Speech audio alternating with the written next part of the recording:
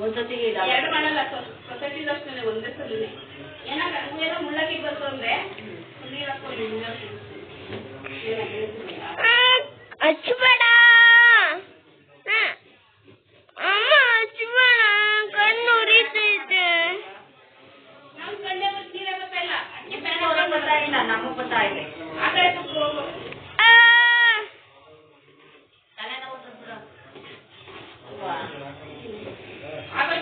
ತಲೆನೋವು ಇತ್ತಲ್ಲ ಅದಕ್ಕೆ ಗೊತ್ತಾಗಿಲ್ಲ ಕಣ್ಣೀರು.